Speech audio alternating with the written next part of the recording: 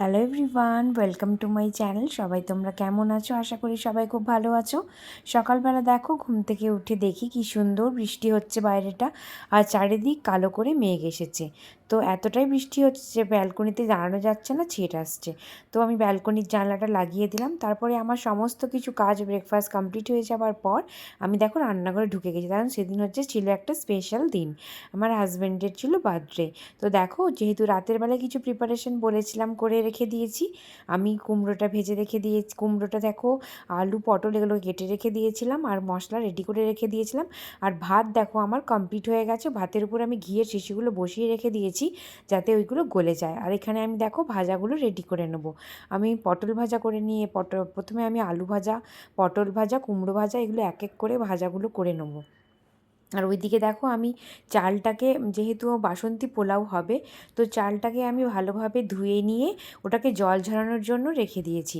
কারণ চালটা যতক্ষণ না ঝরঝরে হয় ততক্ষণ পর্যন্ত ওটাকে আমি ম্যারিনেট করতে পারবো না। তো দেখো চালটা ঝরঝরে হয়ে গেছে, তারপরে আমি ওটাকে ম্যারিনেট করব। প্রথমে আমি হলুদ দিচ্ছি, তারপরে অনেকে এখানে ফুড কালার ব্যবহার করে, কিন্তু আমি হলুদ ব্যবহার করছি, কারণ ফুড কালারটা পেটের জন্য, মানে পেটের পক্ষে খুব একটা ভালো নয়। তো তার জন্য দেখো আমি হলুদ দিলাম, তারপরে নুন দিচ্ছি, তারপরে আমি একটু ঘি দিয়ে দেবো, তারপরে আমি আদাকে গ্রেট করে ওর মধ্যে দিয়ে দেবো, তারপরে আমি কাঁচা লঙ্কাও দিয়ে দেবো ওর মধ্যে। সমস্ত কিছু উপকরণ দিয়ে খুব ভালোভাবে আমি ওটাকে ম্যারিনেট করে রেখে দেবো। ম্যারিনেট করে ঢাকা দিয়ে রেখে দিলে গরম মশলাও আমি অ্যাড করব। আমি এখানে সানরাইজের গরম মশলাটা অ্যাড করি। অ্যাড করলে তারপরে দেখো এটাকে খুব ভালোভাবে আমি মেখে নেবো। মেখে নিয়ে আমি ঢাকা দিয়ে রেখে দেবো। আর ওইদিকে আমি ততক্ষণের মধ্যে মাছটা করে নেবো। মাছটা রেডি হয়ে গেলে, এপাশের কাজ চুকে গেলে আমি তখন দুদিকে বসাবো। আর ওইদিকে দেখো আমার ঘরটাও আমি গুছিয়ে কমপ্লিট করে নিয়েছি, মুছে দিয়েছি। আর সকালবেলা আগেই আমার, মানে যতক্ষণ না ঘর মোছা আর ঝাঁটানো যতক্ষণ আমার ভালো লাগে না খুব একটা, কারণ বাসি ঘর তো তাই। তো দেখো মাছটা ভেজে কমপ্লিট হয়ে যাওয়ার পর আমি একটু পোস্ত বাটা আর টমেটো ওর মধ্যে দিয়ে দেবো, দিয়ে মাছটাকে খুব ভালো করে নেবো। কারণ মাছটা হয়তো আজকে খাবো না, ও আমার হাজব্যান্ডকে এক পিস দেবো, তো তারপর বাকি মাছটা রেখে দেবো। কারণ একদিনে তো এত কিছু খাওয়া যাবে না, তো ভালোও লাগে না একদিনে এত কিছু খেতে। তো সেই হিসেবে আমি মাছটাকে করে জাস্ট রেখে দেবো, যাতে নেক্সট ডে আমাকে করতে না হয়। আর ভাজা রেখে দিলে ওটা শক্ত হয়ে যাওয়ার চান্স থাকে, তো সেই জন্যই আমি একটু ঝাল বানিয়ে রেখে দিচ্ছি, যাতে আমি নেক্সট ডে অবধি নেক্সট ডে মাছটা শক্ত না হয়ে যায়, ভালো থাকে। তো দেখো তারপরে মাছটা হয়ে যাওয়ার পর আমি নেক্সট ওইদিকে আমি চিকেনটা বসিয়ে দেবো কষানোর জন্য। চিকেনটা আগেই বলছি ম্যারিনেট করে রাখা হচ্ছে, সমস্ত কিছু মশলা দিয়ে চিকেনটাকে ম্যারিনেট করে আমি আগে রেখে দিয়েছি। আমি জাস্ট ফোড়নের জন্য এখন পেঁয়াজ, তেজপাতা, কাঁচা লঙ্কা আর একটা শুকনো লঙ্কা, একটু চিনি দিয়ে তেলের মধ্যে ভালোভাবে ওটাকে ভেজে নিচ্ছি। আর তোমাদেরকে বলে রাখি, সেখানে আমরা খুব তেল কম পরিমাণে, মশলা খুব কম পরিমাণে খাই। তো সেই হিসেবে আমি খুব তেল মশলা কম দিয়ে রান্না করারই চেষ্টা করি। এটাই আমাদের ছোটো থেকে অভ্যাস, তাই জন্য। তো দেখো সেই হিসেবে করছি। আমি ওদিকে চিকেনটাকে বসিয়ে দিয়েছি, আর এদিকে আমি বাসন্তী পোলাওটা করে নেবো। বাসন্তী পোলাও করার জন্য সবথেকে বড় কথা হলো কি জানো, সেটা চালের পরিমাণ আর জলের পরিমাণটা ঠিক করে দেখে নেওয়া। তো এটা যদি তোমরা ঠিকঠাকভাবে করতে পারো, তো পোলাওটা অনেকটা ঝরঝরে এবং খেতেও বেশ টেস্টি হয়। তো দেখো আমি তোমার ড্রাই ফ্রুটসগুলোকে ভেজে ভালো করে তুলে নিলাম, তারপরে যে চালটা ম্যারিনেট করে রাখার ছিল ওটাকে আমি ঘিয়ের মধ্যে দিয়ে দিলাম। ঘিয়ের মধ্যে দিয়ে খুব ভালোভাবে নাড়তে হবে, যতক্ষণ না চালুর একটা সাদা সাদা ব্যাপারটা হয়ে আসছে ততক্ষণ অবধি এটাকে নাড়তে হবে। নেড়ে নিয়ে তারপরে যে পরিমাণ আমি চাল দিয়েছি তার থেকে ডাবল আমি জল অ্যাড করব। জল দিয়ে দেবো, তারপরে খুব ভালোভাবে আমি ওটাকে নেড়ে দেবো। নেড়ে খুব ভালোভাবে ঢাকা দিয়ে দেবো। প্রথমে আমি সিমটাকে জোরে করে দেবো, ফুটে যাওয়ার পর তারপরে আমি সিমটাকে একদম লো ফ্লেমে করে দেবো, দিয়ে ভালো করে ঢাকা দিয়ে দেবো।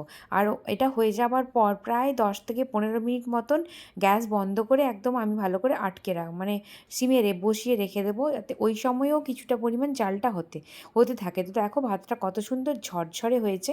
এই বাসন্তী পোলাও ঝরঝরে নামানোটাই ভীষণ টাফ একটা ব্যাপার। তো দেখো আজকের মেনুটা 3 রকমের ভাজা, মাছের একটা ঝাল মতন করেছি, চিকেন কষা আর মিষ্টি দই সমস্ত কিছু দিয়েছি।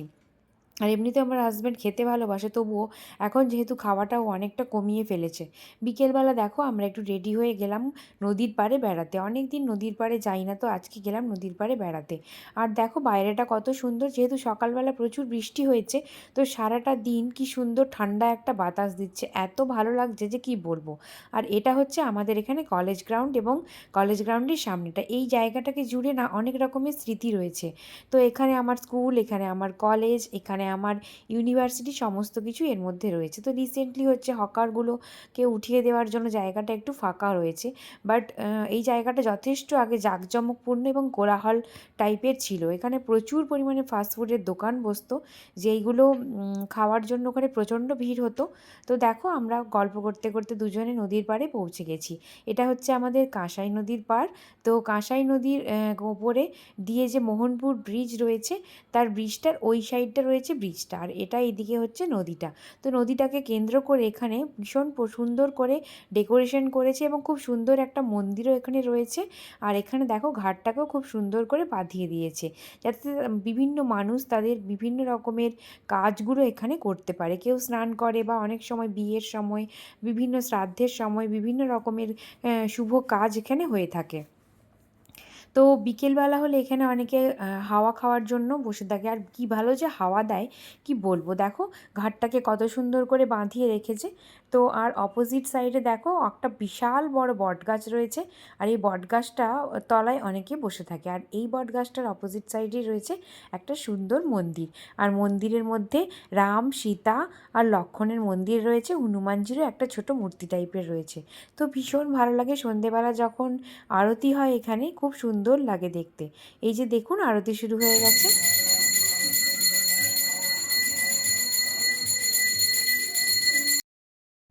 তো ওখান থেকে বেরিয়ে এসে আমরা একটু চা খেলাম এবং বাড়িতে চলে আসবো।